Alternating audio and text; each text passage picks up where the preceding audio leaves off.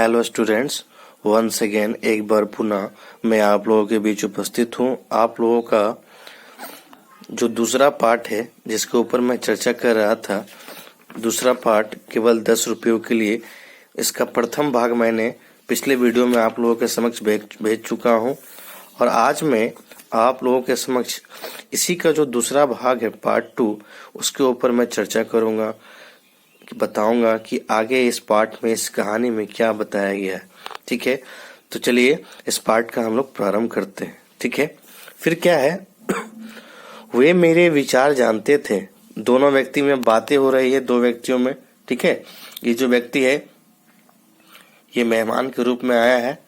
ठीक है, और ये जो व्यक्ति हैं ये बेचारे जो है लेटे हुए थे, भोजन करके, दोपहर का समय था और अचानक से इन महाशय का जो है इस घर में प्रवेश हो जाता है। तो प्रवेश होने के बाद दोनों में बहुत सारे बातें होती रहती है। ठीक है, उन्हीं बातों को जो है दिखलाने का प्रयास लेखक ने इस पाठ में किया है और इसमें दिखलाया है कि किस प्रकार से एक निम्न मध्यम वर्गीय परिवार के जो लोग होते हैं वो किस प्रकार से अपने परेशानियों का सामना करते हैं। ये इस पाठ में जो है हास्य से भरा हुआ है, हंसी से भरा हुआ है, मनोरंजन से भरपूर है। इसमें व्यंग किया हुआ है। ठीक है, बातों को जो है कमेंट करना। ठीक है, फिर क्या है, मेरी सहानुभूति जानते थे। मेरी सहानुभूति का अर्थ होता है हमदर्दी। ठीक है, इसलिए इस तरह के विषय की बात उन्होंने उठाई थी। मैं जम्हाई ले रहा था। जम्हाई मतलब जब नींद आता है तो हम लोग क्या है, जम्हाई लेते हैं और चेहरे से भरसक परेशानी प्रकट कर रहा था। पर वे तो अंतर्राष्ट्रीय राजनीति की बातें करने के मूड में थे। अंतर्राष्ट्रीय, इंटरनेशनल लेवल का जो पॉलिटिक्स होता है, राजनीति, वो सब बातें कर रहे थे। आगे बोले, अब देखिए अरब लोगों में ही तेल देने के मामले में मतभेद पैदा हो रहे हैं। मतभेद का अर्थ होता है आपस में विचारों का ना मिलना, यानी थॉट्स जो होते हैं, जैसे आपके जो थॉट्स है, मेरे जो थॉट्स है, वो नहीं मिल रहे हैं, मैच नहीं कर रहे हैं। ठीक है, तो वो उसको कहते हैं मतभेद। ठीक है, इधर यूरोप के देश जो नाटो संधि में थे, अमेरिका को अलग छोड़कर अरबों से तेल का सौदा अलग अलग करने लगे हैं, है ना। अरब देश, सऊदी अरब जो है, तेल आता है वहां से, जो पेट्रोल डीजल वगैरह जो तेल है, तेल का वहां पर खान है, सबसे बड़ा देश माना जाता है तेल का। ठीक है, तेल, भारत का जो तेल है वहीं से आता है। ठीक है, तेल संकट ने सारे आपसी संबंध गड़बड़ कर दिए हैं।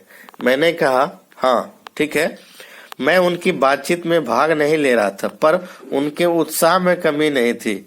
मतलब ये जो व्यक्ति है महाशय, ये जबरदस्ती जो है उनसे बातें कर रहे थे और इनका जो है कोई इच्छा नहीं था बात करने का। दोपहर का समय था, इनको नींद भी आ रही थी, लेकिन घर आए मेहमान को ये कैसे विदा करें, कैसे भगा दे। ठीक है, वे अरब देशों से उड़े तो एकदम चीन पहुंच गए। कहने लगे चीन एशिया का सबसे बड़ा क्षेत्र है और साम्यवादी है। फिर भी उसने अमेरिका सैनिक अड्डे का विरोध में एक शब्द भी नहीं कहा।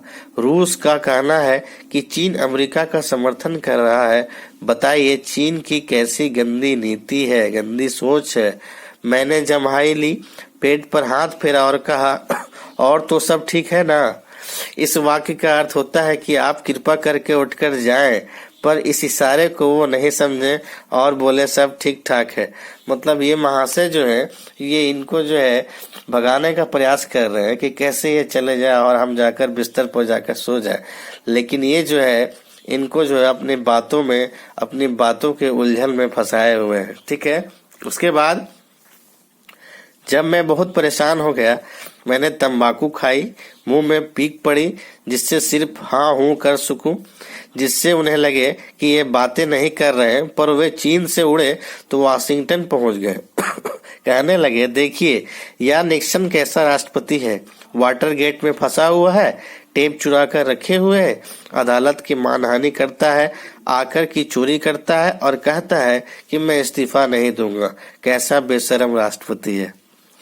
पीक भरे हुए मुंह से मैंने आवाज निकाले हूँ, यानी जानबूझकर ये जो व्यक्ति हैं ये मुंह में तंबाकू खा लेते हैं ताकि बोलना ना पड़े, सिर्फ हाँ हूँ करें। ठीक है, मैंने अब पीक थूक दी। मैं तंग आ चुका था। दुनिया की राजनीति से लेकर स्थानीय कॉलेज की घटनाओं तक की बात वे कर चुके थे। मेरी हालत बहुत खराब थी। मैं उस दुनिया का सबसे दयनीय प्राणी था। दयनीय का अर्थ होता है दया के योग्य। ठीक है, मेरी हालत उस बकरे की तरह थी जिससे रस्से से बांध दिया गया है और उसकी गर्दन के ऊपर तलवार तनी हुई है। ठीक है, मैं अब उठ बैठा और अंगड़ाई लेकर बोला, और तो सब ठीक है, कोई खास काम तो नहीं है? प्रश्न किया। उन्होंने कहा, कोई खास काम नहीं है, जरा 10 रुपए दे दीजिए, परसों लौटा दूंगा। मैं भक रह गया। वो मुझसे आते ही कह देते तो मैं उन्हें 10 रुपए दे देता, पर उन्होंने मेरे राजनीतिक विश्वासों की इतनी लंबी भूमिका बांधी, वाशिंगटन से लेकर मॉस्को तक के चक्कर लगवाए। मैंने उन्हें फौरन रुपए दिए और यह कहते हुए चल गए कि परसों जरूर लौटा दूंगा। मैं फौरन बिस्तर पर लुढ़क गया। मुझे दुख भी था कि यह आदमी इसके लिए इतना परेशान हुआ। हरिशंकर प्रसाद जी, लेखक। तो देखिए इस पाठ में क्या बताया गया, केवल 10 रुपए। इस महाशय को जो है, इस महाशय से केवल 10 रुपए चाहिए था। 10 रुपए मांगने आए थे, ना कि बहुत सारे बातें को चर्चा करने के लिए नहीं आए थे, टाइम पास करने के लिए नहीं आए थे, बल्कि इनको 10 रुपए चाहिए था, आवश्यकता थी 10 रुपए की और इनसे मांगने आए थे। लेकिन 10 रुपए मांगने के बजाय ये पूरे दुनिया का सैर कराने लगे।